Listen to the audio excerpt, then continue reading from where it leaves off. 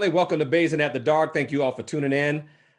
Very important topic tonight, hot topic tonight, paternity fraud. Before we get into it, I want to remind all my entrepreneurs, my artists, my authors to make sure to go to minglecity.com. I want to have you on Baisden After Dark. I want to have you on my Living Your Dream series.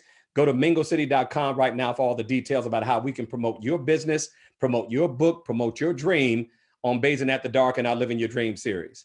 So tonight, it's a topic we've been talking about for many years on the Michael Baisden radio show. It's the issue of paternity fraud. I just want you to imagine for a second, first for the men, to have a child, to have your son, have your junior, to have your daughter, and to have that sense of pride that we all feel as fathers when we have a child. And then to find out months, years, or decades later that that child is not yours. Now that's bad enough.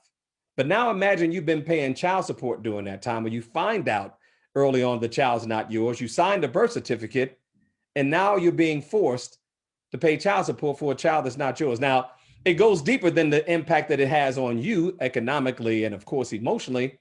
It also has an impact on your family.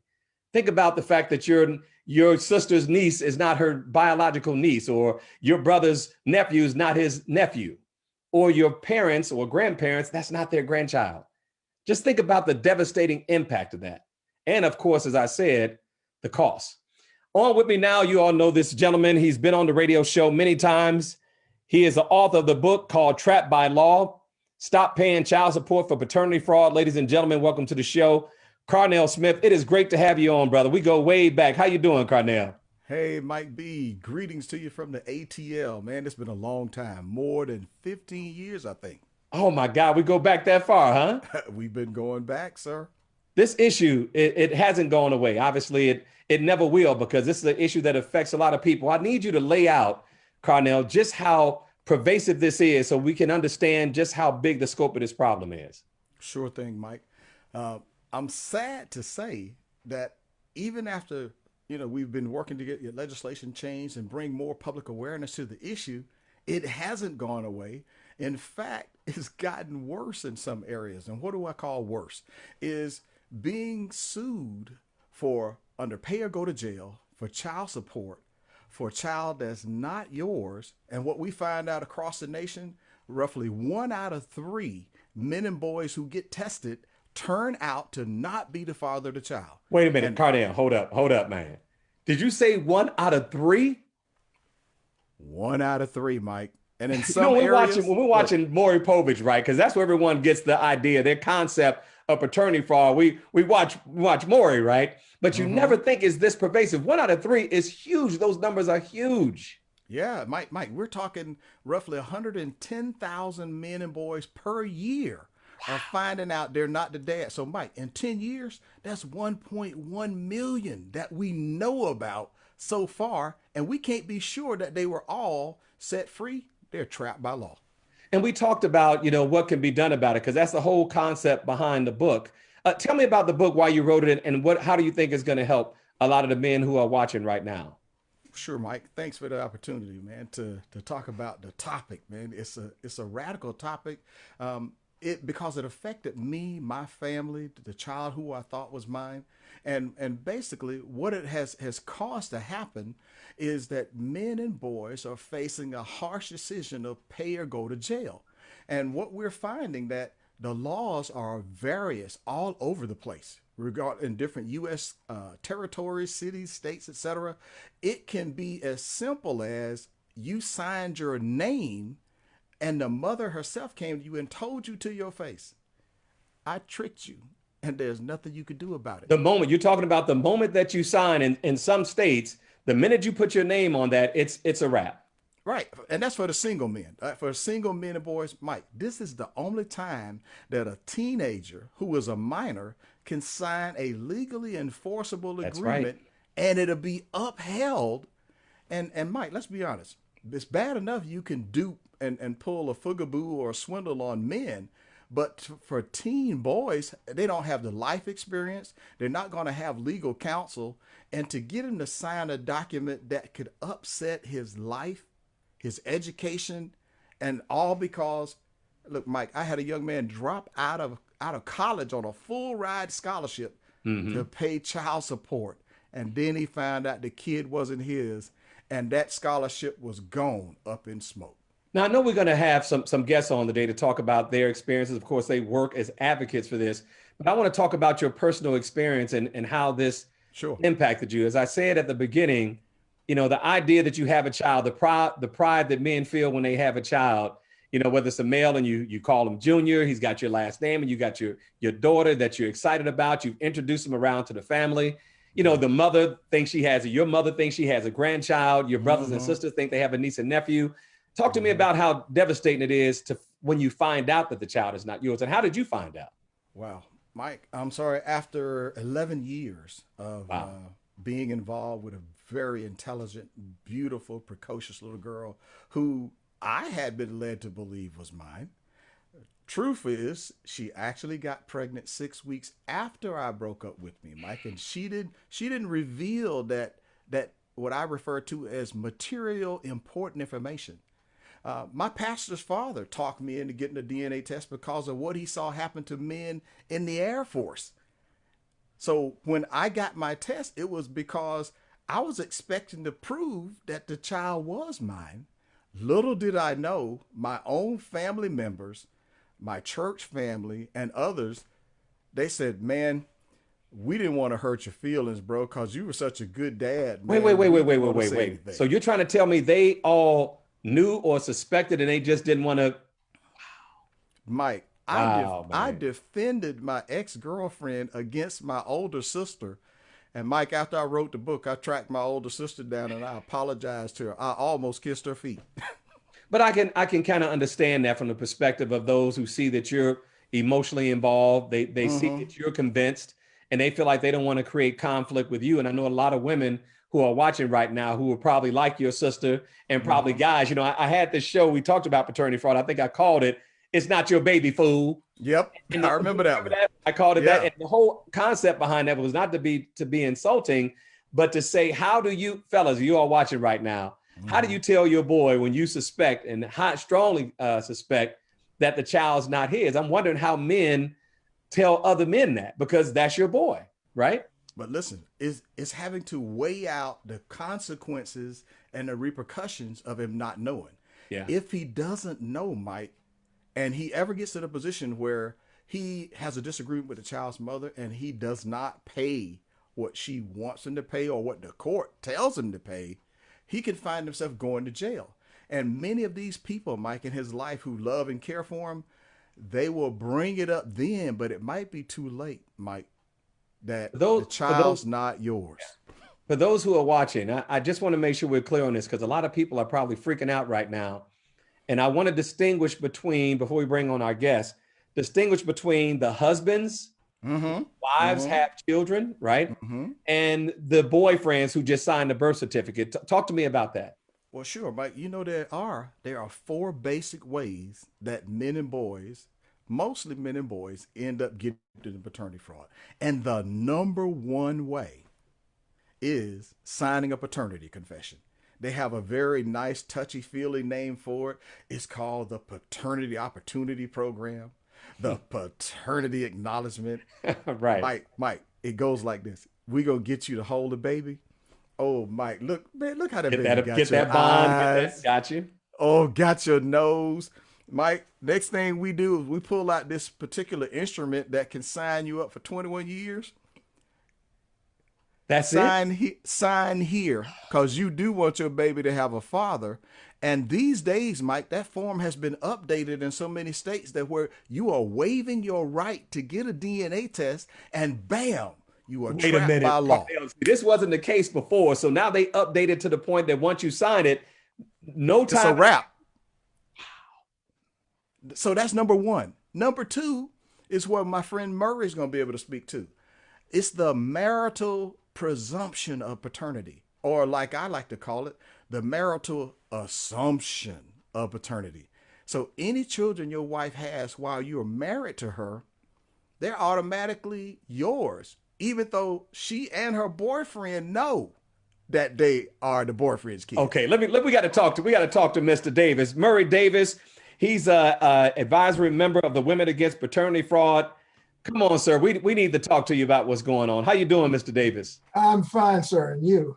Wow. So talk to me about this aspect of it. It's one thing to have been signed up as a single man and being food, but being a married man, this presumption, talk to me about that. Well, it's really interesting when you're in a marital situation. When a child is born, as Carnell was saying, it is naturally to presume that it's the husband who's the father. I mean, let's face it. I mean, that's exactly what happens, unless the father is away or out of the country and so forth. But normally, if they're having normal marital relationships, a husband's going to presume that if his wife gets pregnant, that's his baby. And then, of course, everything goes right down the way. But what we've learned is that in about 20% of the cases in the country, those children that are born are not of the husband. They are of a infidelity situation that the wife created. Mr. Davis, you did say 20%. It's roughly 20% is what some of the studies are saying. Yep, about 20%. So the bottom line is this: when you're married, even if you think you've got a great marriage, nowadays, women and wives are just as, frivolous as men have been known to be. And unfortunately, when they do that, the chances are, if they're not protecting themselves, they can get pregnant. And so if they get pregnant, then let me understand this, Mr. Davis, and Carnell, you can interject as well. So as a married man, regardless if you signed a birth certificate or not, it is what it is. Is that what you're saying? Yeah, in those states that still hold to the old English common law doctrine of the marital presumption, and there are a lot of states and some U.S. territories that still hold to this approach, and that might Lord's Mansfield is Lord Mansfield, doctrine. Right? And what it means, Mike, is this: even if you are deployed in Iraq, Afghanistan. Come on, Carnell. You are on base. Man, go ahead, talk to me. And you on base in the Air Force base in Germany, and I think it's I forget where that base is. I walked by it while I was. But it's Rhein-Main, there's Ramstein, there's yes. So think about it.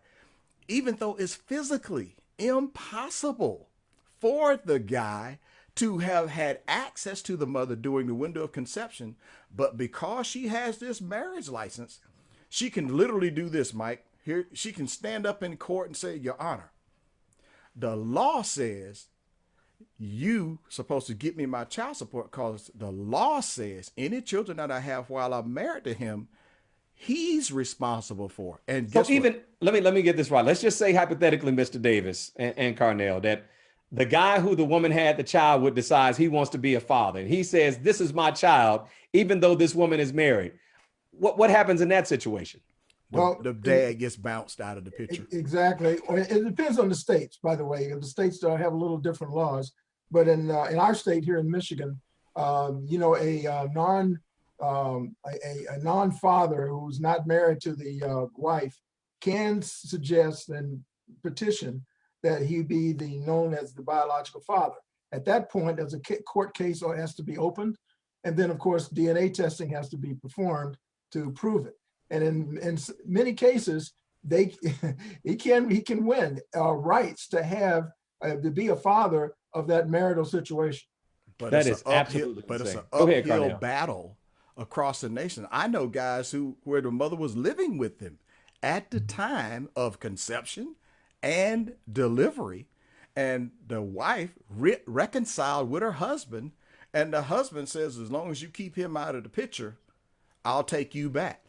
And just like that, the biological father, who by the way, he was on the birth certificate until people said, "Well, wait a minute now, according to state law, as long as you're married to your husband, that boyfriend's name can't be on the birth certificate."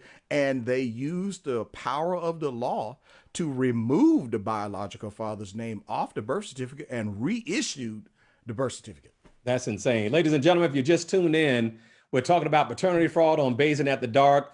Guest tonight is Carnell Smith. He's the author of the book, Trapped by Law, Stop Paying Child Support for Paternity Fraud. Also with us is Mr. Murray Davis, also one of the Women Against Paternity Fraud advisory members. Fellas, I want to talk to you about this, Mr. Davis, about the depression and the anxiety that men must experience feeling trapped in this situation. Talk to me about that. Well, in a marital situation, Mike, I tell you, it's really bad. Like it happened to me. I didn't learn that my child, two children, were not mine until after 12 years of marriage. And I found out, like Carnell was saying, I found out only because my own mother suspected that the children were not mine, and it caused me to go do some homework, looking back through some records and books and yearbooks and whatnot. And sure enough, it turned out when I tried to get a paternity test done in the state of Michigan in those years, back in '95, the courts prevented me from doing it because they didn't want to basically harm the children's emotional state. But frankly, they didn't give a rat's butt about my emotional state. No. So the bottom line was, I had a judge that said, nope, even though you went and got a paternity test on your own, which I tried to prevent, I am not going to release you of the obligation of child support and other things. And it just became a mess. It was a lengthy court case that went to the Court of Appeals and likewise. But bottom line was, this judge ordered that both me and the biological father pay child support, half of the child support. Oh, come on, man. For all the three children, all of my three children now, one of which I'm the biological father, and the two were his. And this judge ordered both of us to pay half of the child support for all three children. It was all a mess. There's so many questions I have for Carnell and our next guest. Mr. Davis, thank you so much for joining us. I appreciate your input. Ladies and gentlemen, if you're just tuned into the show, we're having what is a shocking debate for me about this issue of paternity fraud. Our guest, of course, is Mr. Carnell Smith. He's been a guest on the Michael Baisden radio show for years. The name of the book is called Trapped by Law, Stop Paying Child Support for Paternity Fraud. And Carnell, I was just talking to you a moment ago about how this must impact men emotionally. Yeah. Not just that it impacts men. Let's talk about the impact on men. I'm sure there's been some guys close to suicide. Mike, I've actually had a client commit suicide right after he helped me get legislation passed in Oregon. Mike, I've taken this. I am one of three men who has taken this issue to the U.S. Supreme Court. I'm the only black guy who's ever taken it to the U.S. Supreme Court. And I was seeking to get a decision that would help men and boys across all U.S. states and territories so they wouldn't have to lose over $250,000 like I did. We talk about the impact on men, and we know what it feels like as a father not to know whether or not this child is yours, or should I say to find out that the child isn't yours. But this is not just a male issue, Carnell. Talk to me about that and then introduce our next guest. All right. So I did I was tracking down a good friend that I met online, Dr. Sharon Squires, a sociology professor. I think she might have been working at Southern California University at the time. And we did a survey, Mike, on with over about 1,500 men, which is something most people are not willing to do. They make policies and they come up with ideas and theories about how men deal with this issue, but they don't talk to men.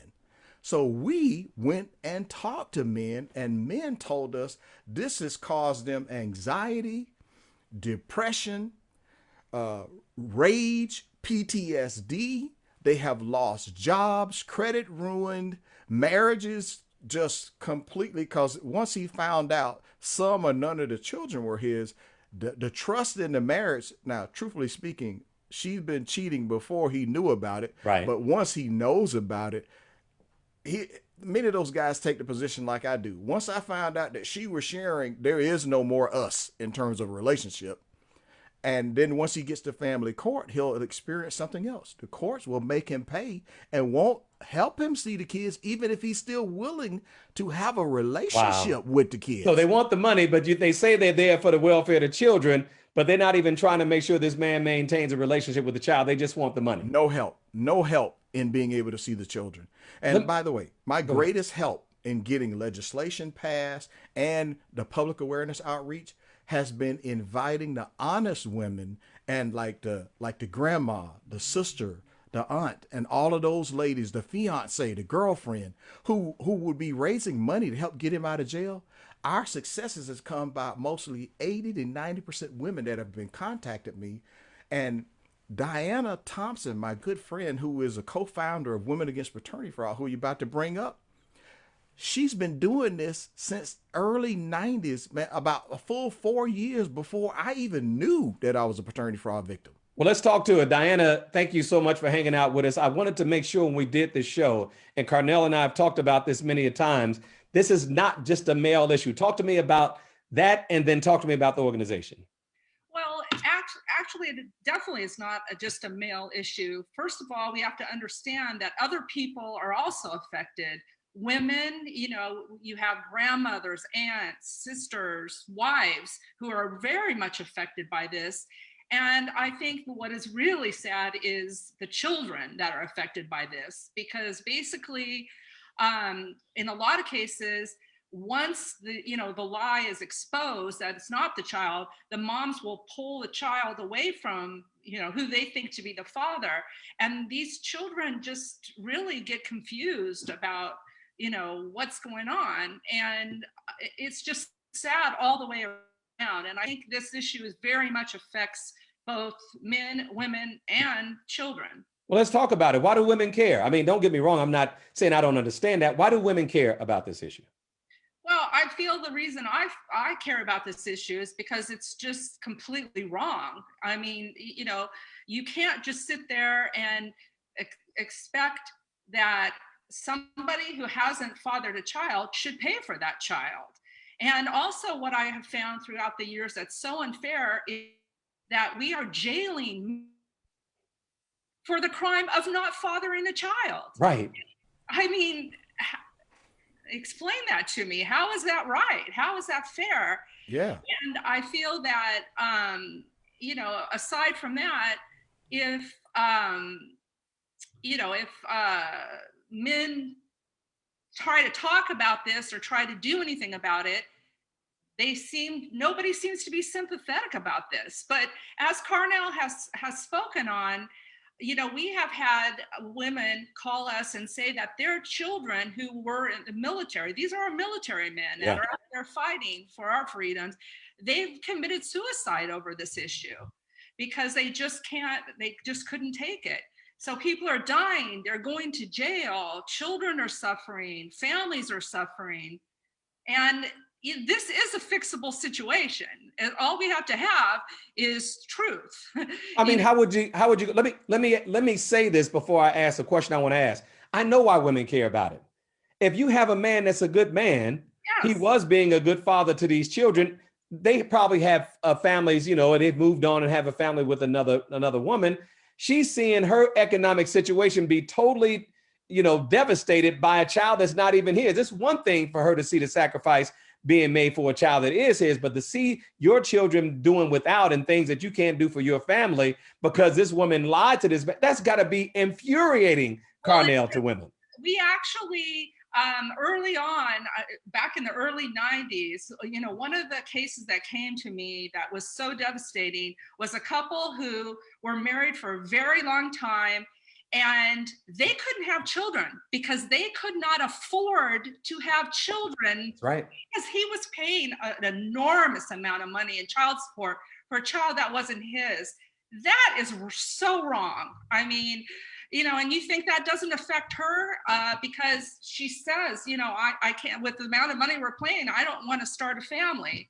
Why should intact married couples have to endure that? Diana, I gotta ask you this, and maybe Carnell can add on to his experience. When you ask women why they do it, because how often do they know that the child is not theirs? What percentage of the cases? Yeah, I don't know. Well, the thing is that I think a lot of times when they go to sign up for child support, they ask who the potential dad could be. Mm-hmm. It doesn't have to be the right one. Wait. Who the potential dad is? Yeah. Well, there could be more than one. Sometimes they are. Have you watched Maury before? Right. So, they ask for the last known address. Well, they could give any address they want. Then what happens is when that case, goes to court, the court papers go to an incorrect address, that's a very sketchy situation there, even if they get delivered there at all. And then when the gentlemen don't show up, they get a default judgment. Oh, snap. Yeah. That's crazy. Judgment. And guess what? They have a child for 18 years that they're going to pay for, or however old the child is. But I mean, it's just, this stuff is just, you couldn't. This is some gangster stuff right here. Go ahead, Carnell. I know you wanted to. It ain't gangster, Mike. That's some fraganagle bull. So what are women saying? What I know a lot of guys. Let me tell you what I've learned. Go ahead, sir. Let me answer that. So having talked to the women, and by the way, and all these over 20 years, we've been able to get 2 women, 2 who've committed this act to testify in support of legislative reform. Only 2. Yeah, only 2 out of the millions. But listen. But let me tell you why those 2 testified. Because they felt guilty for what they were doing to their ex-husband, their ex-boyfriend. And one of the guys that we got the legislation passed in Delaware, he got custody of one child. The wife got custody of another child. Well, the child that she got custody of, she actually got pregnant with while she was in the military with a higher ranking commanding officer. And eventually the guilt from the situation got to her. But my experience, Mike, is that they select the guy who they want it to be. There it is. There it is. Because the bum doesn't have to worry about it. He has nothing to offer. They're going to go after the guy who has the means. And ladies, look, I'm not trying to attack women. I know, Diana, that there are some times where the woman may not know. I'm not going to judge. And we're not here to judge whether or not she knew or not. Diana, what we're saying is, why did you put it on someone you don't know? I guess it's just about saving face and not being embarrassed. Your thoughts? Well, I actually just have mostly a problem with the laws and policies that will allow this to continue. Do you know that on all the websites on the states, they have, you need to establish paternity because it's so important to know the biological dad. Right. The statute of limitations are 18 to 20 years in some states. Do you know that the statute of limitations to contest paternity is, well, in California, where I'm from, it used to be a very short time, months, but now I think it's 2 years.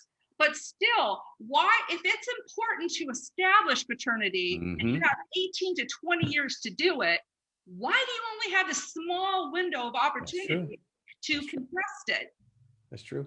Carnell, the men are watching right now. I want to give you all a chance to have some final words for the men who are watching, Carnell, and then I'll have Diana speak to the women. What do you want to say to the men who are watching right now?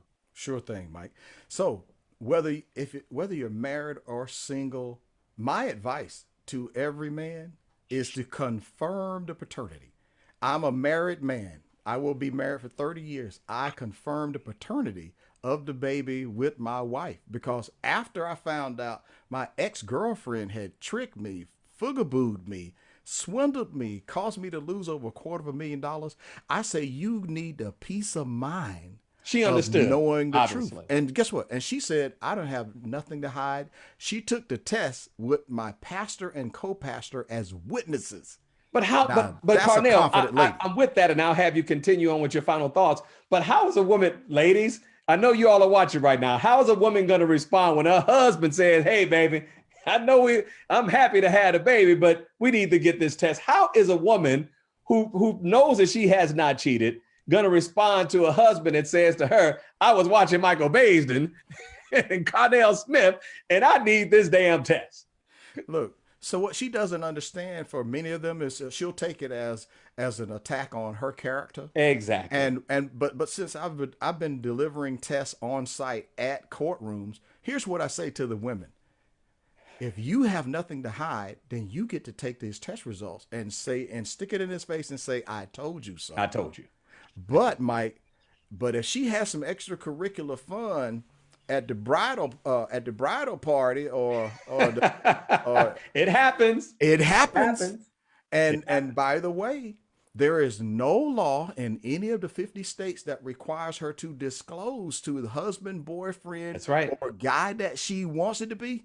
She's not required to inform him that there are 5 paternity candidates. There may be 15. Mike, the highest I've seen is a woman got tested for 22 guys. Come on, man.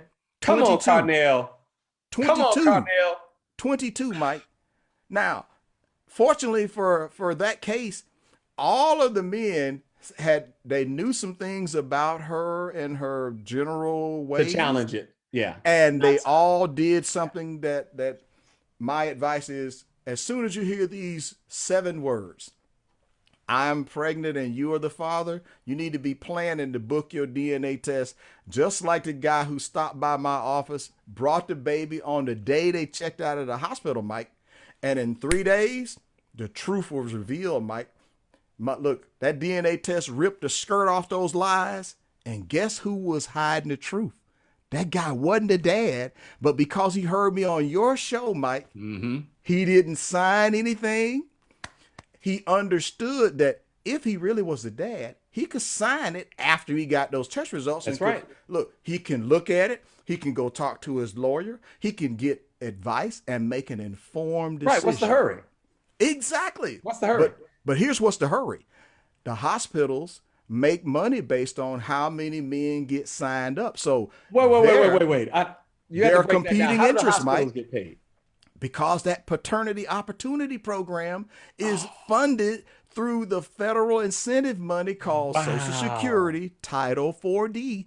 And by the way, because so many states are so focused on getting the money, they will trample the civil rights and the constitutional rights of men and boys to just get somebody's name. Mike, I didn't say get the daddy, now did I? Just somebody. And look, and if she can get you to believe the story and they can put this instrument in your hand, Talk to me. you can be legally bound. And by the way, if that child turns out to be mentally, physically handicapped, you will pay for life. And if you find out you're not the dad, Carnell. and if you find out you're not, look, if you find out you're sterile after all, they will still make you pay. Let me come back to you, Carnell. As I said, Diana, and thank you for coming on. Women Against Paternity Fraud. It's really great to see that there's organization of women who are involved. And Carnell and I were talking prior to the show, and Carnell said, you know, Mike, men give up. Women don't. Right. So what do you want to say to the ladies who are involved with these men about fighting?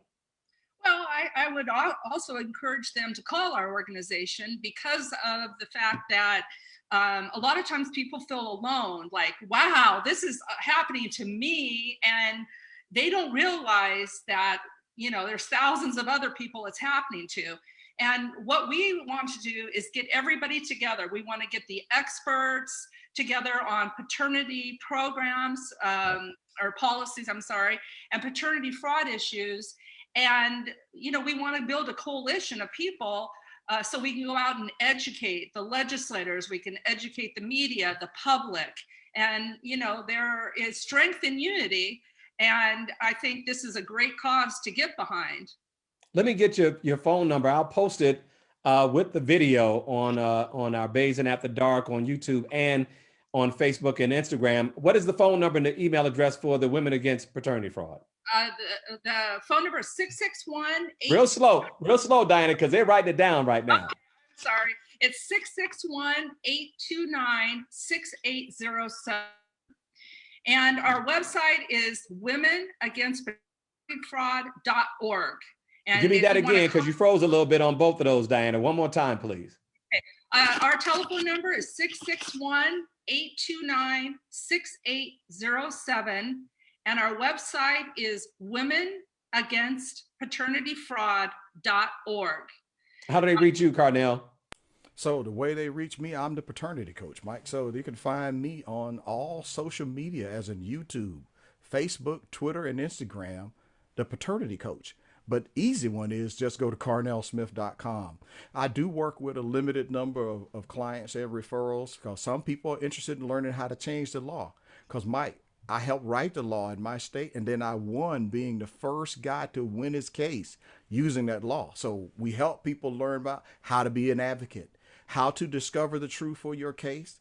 And then you might want to recover your damages, like we've been able to successfully help several of my clients recover the money that you have lost, so that you can stop being trapped by law, being a victim, and turn it into being a victor.